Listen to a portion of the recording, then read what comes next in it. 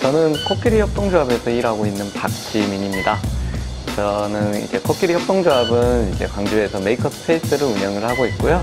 그래서 다양한 기획 활동과 제작 활동 이렇게 하면서 청년 활동을 이어가고 있는 청년 협동조합이고요. 저는 거기에서 이제 기획을 주로 담당을 하거나 필요할 때는 이제 제작까지 같이 하는 그런 역할을 맡고 있습니다. 그 갑질 사례를 이렇게 얘기를 하고 몇 번을 전달을 했었는데 본인이 뭘 잘못한지를 모르시더라고요. 당사자, 제게 고소했던 분이나 아니면 그쪽 사람들이 실질적으로는 인지하지 못했을 때 갑질이 더 이렇게 쉽게 나온다라고 생각을 합니다. 자기가 뭘 잘못한지 자기 반성이나 아니면 행여나 자기가 했던 행동들이 어떤 상대방에게 다가설지에 대해서 고민하지 않는 순간 갑질이 우리도 모르게 이렇게 나오지 않을까라는 생각을 합니다. 저희가 이제 그 일을 겪으면서 평판을 많이 신경 쓰게 됐습니다. 무엇보다도 일을 하고 나서 저희가 일이 말끔하게 끝나지 않았다. 그만큼 프로페셔널하지 못했다라는 생각들이 계속 저희 내부 갈등 속에서 걱정하는 것이었고 남의 시선을 의식할 수밖에 없었고 또 오히려 우리가 피해자인데도 불구하고 입을 막아야 되는 상황이 계속 어떤 압박처럼 다가오는 것이 그런 평판에 대한 문제였습니다. 그러다 보니까 이런 거를 어떻게 해결해야 될까도 고민이었고 그거를 너무 답답하고 분해서 SNS에서 글을 올렸는데 그게 오히려 명예훼손죄로 고소가 당할 정도로 오히려 입을 막으려는 것들이 이제 제게는 너무 억울했죠.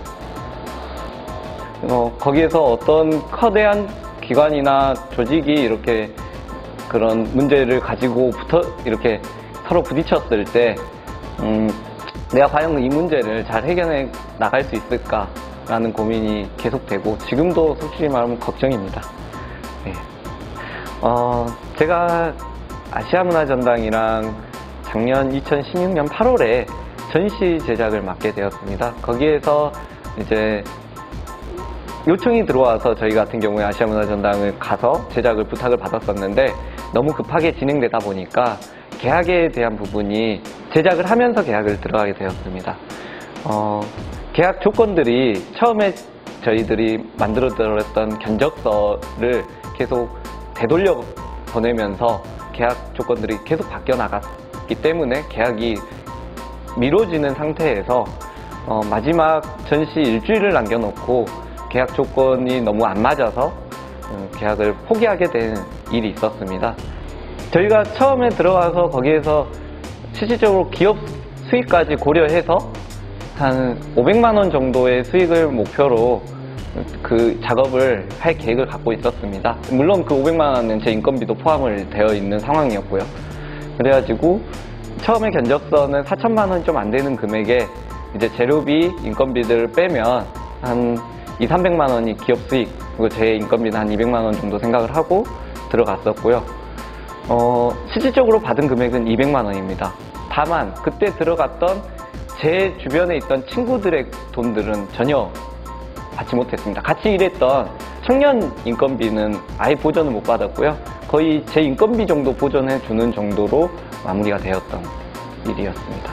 재료비는 직접 집행한다고 다 빼버렸고 인건비는 인건비대로 저희 같은 경우는 2주 전부터 계약 전 2주 전부터 들어가서 일한 부분에 대해서 보상받을 수도 없는 구조가 되는 것을 억지로 강요받았고 그것이 이제 뒤로 와서는 저희에게 부담스러운 계약이 되고 부당한 계약이 되어서 포기를 하게 되었습니다.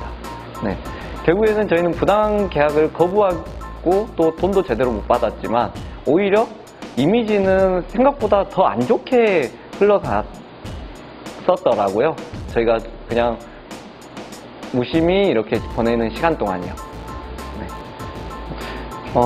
제가 이런 경우가 한 번만은 이번이 처음만은 아닙니다. 그러니까 계약 문제들이 계속 되고 있는 거는 그분들이 말할 때는 계약을 꼭 하고 일을 해야 되지 않느냐, 계약도 안 했는데 일하는 게 안 되지 않느냐, 뭐 이런 식으로 대부분 이야기를 합니다. 근데 실질적으로는 접근할 때는 그런 문제를 쏙 빼고 접근을 하면서 청년들에게 뭔가 줄 것처럼 얘기를 하고 이후에 가서는 이렇게 피해보는 사례가 만들어지는 과정들이 대부분 저희들이 겪는 사례였는데요. 청년들의 계약을 이렇게 만들어주고 그런 것들을 책임져 줄 수 있는 구조가 좀 있어야만이 피해받는 청년들이 줄어들 것 같고요. 그리고 행정상의 이유나 뭐 공무원들이 이렇게 풀 수 없는 부분들이 분명히 있을 거라고 생각을 합니다. 그런 맹점들 속에서 계속 피해받는 청년들이 생성되지 않게끔 그런 맹점들을 찾아서 꼭 해결해 주는 것이 지금 이런 피해를 줄일 수 있는 방법이지 않을까. 나중에 저희처럼 이미 계약적인 문제가 계약으로 인한 문제가 터지고 나서 처리하려면 오히려 그걸 해결하는데도 시간도 소모가 되고 또 그 평판도 별로 좋아지지 않거든요. 그런 문제를 미연에 방지하는 부분이 정말 중요하다고 생각을 합니다.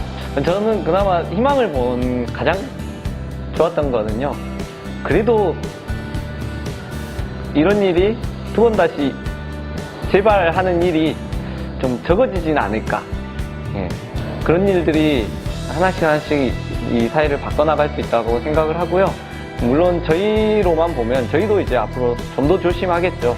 좀 더 조심하지만 무엇보다도 바뀌어야 될 거는 더 큰 조직이 바뀌어주는 것이 사회에는 더 큰 도움이 될 거라고 생각을 합니다.